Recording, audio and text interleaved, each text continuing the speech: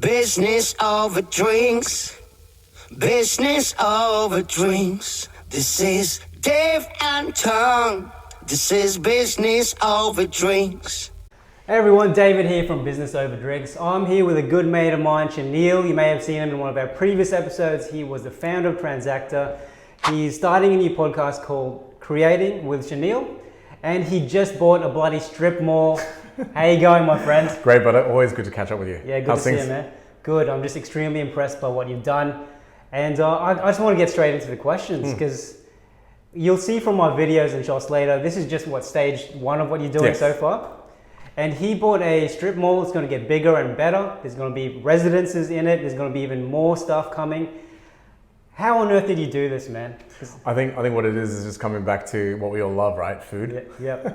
So the passion of, gelato, wine bars, pizza, and then working and collaborating with other operators. So the idea was to create a space, find a space that has potential, and then be able to fit them out and allow operators to engage the community, which is called Woody Point Marketplace here in Queensland on the East Coast. How did you, for people like me, how did you even get the money to do something like this? Save up.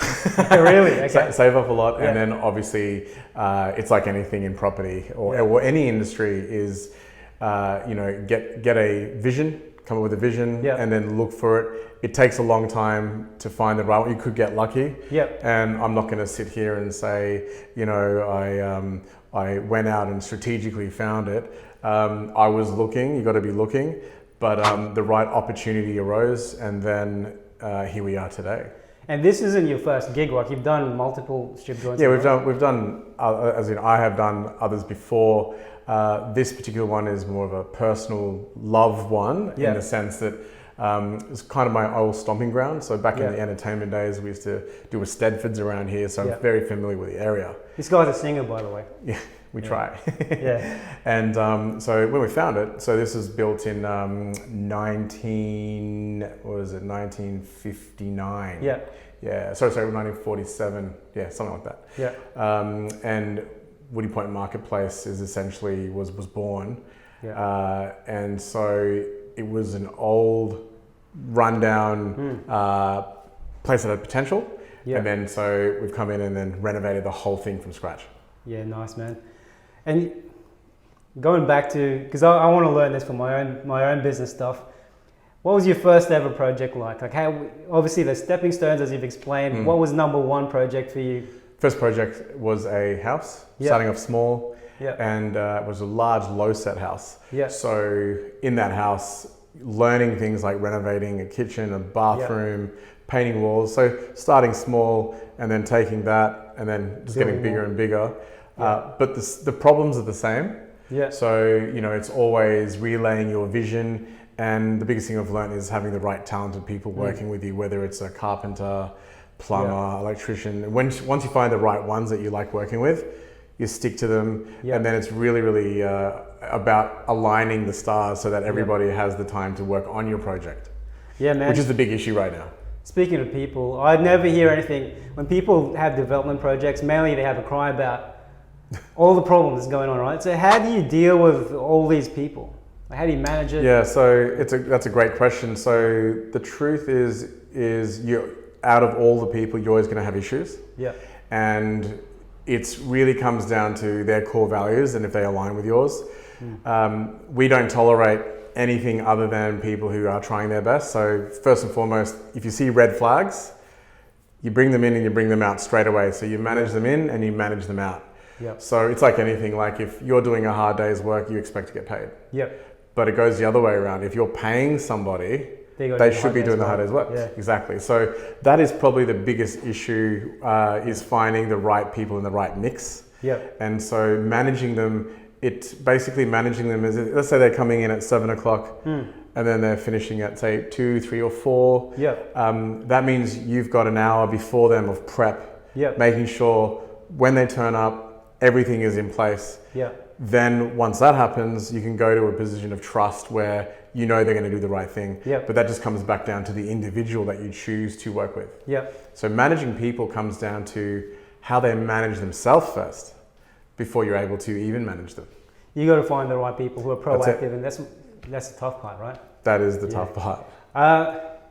So speaking of managing people and all that, with development, there's a lot of there's high stakes, right? A lot of debt, a lot of belief in yourself, I guess, to make sure things happen the way you want them to happen. How do you overcome? Hey, Tong, man, the market is pretty crazy right now. Are you still investing in the stock market? I'm trying to, man. It's not been really great for me. I'm a terrible investor. I don't spend enough time kind of looking at stuff, and I don't actually understand most of the things that are going on right now. So for the most part, I get maybe, if I'm lucky, 5 to 7% returns, which is really not enough to keep with rising prices, man. Do you know what your house costs in Singapore at the moment? 50 billion gazillion dollars? Pretty much Zimbabwean dollars, but yeah. So anyway, why settle for 7% returns in your portfolio? With market turbulence and passive investing strategies just struggling out there, picking the right stocks for your portfolio has never been more important, which is why Motley Fool Stock Advisor issues 2 stock picks every month. And historically, their average stock recommendation has returned 400%. Compare that to 7%. As of April 10, 2023. And their long-term buy and hold approach is so easy, virtually anyone can do it. And listeners of Business Over Drinks can now access Motley Fool Stock Advisor for just $89 for the first year, a full $110 off the list price. What are you waiting for? Visit zen.ai/businessfool. That's zen.ai/businessfool to start your investing journey today. It's a $110 discount off $199 per year list price. Membership will renew automatically annually at the end of the current list price. And don't forget our promo code, which is Business Over Drinks, one word. So remember, guys, use Business Over Drinks, one word for your big discount. Yeah, you need it for the offer. So zen.ai/businessfool. If you forget the link, go to our show notes at businessoverdrinks.com. Well, how do you manage the stresses involved with all this? Yeah, sure. So, well, first of all, nothing ever happens the way that you want it to happen. That's the first thing. Yeah. But it's like, you know, if you're looking at a target and you're looking at the bullseye, you go for that target, at least you've got something there. And if you get close, you're actually moving in the right direction. That's probably the best analogy to use. And it's the same thing with development. You've got this vision, you'll see it through, get it as close as you can. And there's things that get in the way, like government, compliance, councils, money, there's a whole money, range, money. So there's a whole range of issues, and then you're dealing with different personalities. So that's the biggest thing. And then what's the second part of the question? How do you deal with it? How do you manage the stress? So managing stress, for me, I do it in a way where I make sure I clear my stress before I go into the stress. So I look at it as tasks. I don't look at it as a stress. So even if something comes up that's an anomaly, I'll go, okay, there's an issue here, we need to deal with it. And I take a pragmatic approach and I go, am I fit and healthy to take on that first of all? And if my headspace is not there, I'll be like, okay, cool. If it can wait, I'll just go, let's sit it there, and then I'll ask a question. So if I have friends that are around that have gone through a similar thing, I'll say, hey, what did you do in this case? And take a bit of counsel on that. But what I normally do is I just look at it, and the longer you leave it, sometimes the worse it can get. So it just depends on what it is. But as far as the stress, I look at it head on and I work out, you know, what is the main thing, what is the core thing that I can do to fix that. And create a solution out of it, which we've had here. There's prime examples here with, you know, the power, you know, having to upgrade things. So we've had to deal with that. And but in the whole scheme of things, it's all those little things that make up one big thing, right? So it's just, and that comes back to when you're acquiring it and your due diligence that you do going into it. So as long as you know what you're going into, and there is also the unknown. So it's about creating the contingency for the unknown. I like the way the mechanical approach. It sounds like you have a very mechanical approach to approaching problems and stresses, which interviewing CEOs and studying them, they seem to welcome problems. And because problems are bound to happen, they seem to say, okay, what's the biggest problem I have? I'm just going to deal with it. As opposed to other people who may just try and avoid the problem. It sounds like you just like deal with this. It's just a task, so you just got to do it. It's kind of like when you're eating food, right? Like some people will eat the veggies in the salad and leave the meat. Or if it's a dessert, the favorite part. Yep. When it comes to problems, it's the opposite, in my opinion. So it's like you look at all the tasks and all the things that need to be done with the problem at the top, and if you hit that really big problem first, it makes everything else easier. So it's that approach, and you're not going to die, and also risk. So what are things that can, create a major accident on a site, for example? So safety, health and safety. So electrical. So if there's like loose wires or if there's something, so make safe was the first thing we did in this development. So the idea was like, we had this old building. All the shell is really good. It's solid and sound. You look at the roof, right? And then you look at the infrastructure inside and you go like, if it rains, is it going to leak? What's the wiring like? So we've rewired a lot of things. We've reset plumbing in a lot of things. And the council was very happy that we did that. It sounds like there's a lot of minute details that if you're going in it fresh, you'll probably miss, but because you've had all this experience, am I right in saying that? Or do you just have the right advisors? Like, can someone come in fresh? Would you advise that? Or should they take the stepping stones and do the hard yards and then get to, because this is high stakes, man. It's a serious development in any take. And it's what's serious for somebody is like even somebody's house, even one better is serious for them, right? So at the end of the day, it's a great question. So essentially, when you're going through the process, you can't beat going through it yourself. Experience is always going to trump any asking questions, because if you're invested in it with your time, your money, and everything's on the line, then you're going to go through it. You're going to go through all those trials and tribulations. Asking the question is one thing, but you're only going to get so much.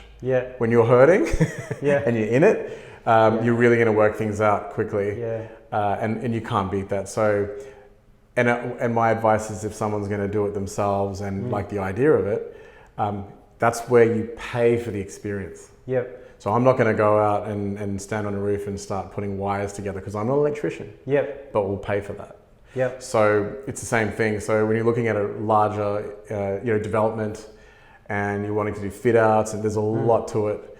And so that experience, you can't beat. All I would say is that have somebody that can guide you through your first few and work your way through. I've made mistakes through it, and they've been expensive ones, but you learn very quick. You have to, right? You have to. Otherwise the banks will start calling you up. Yes.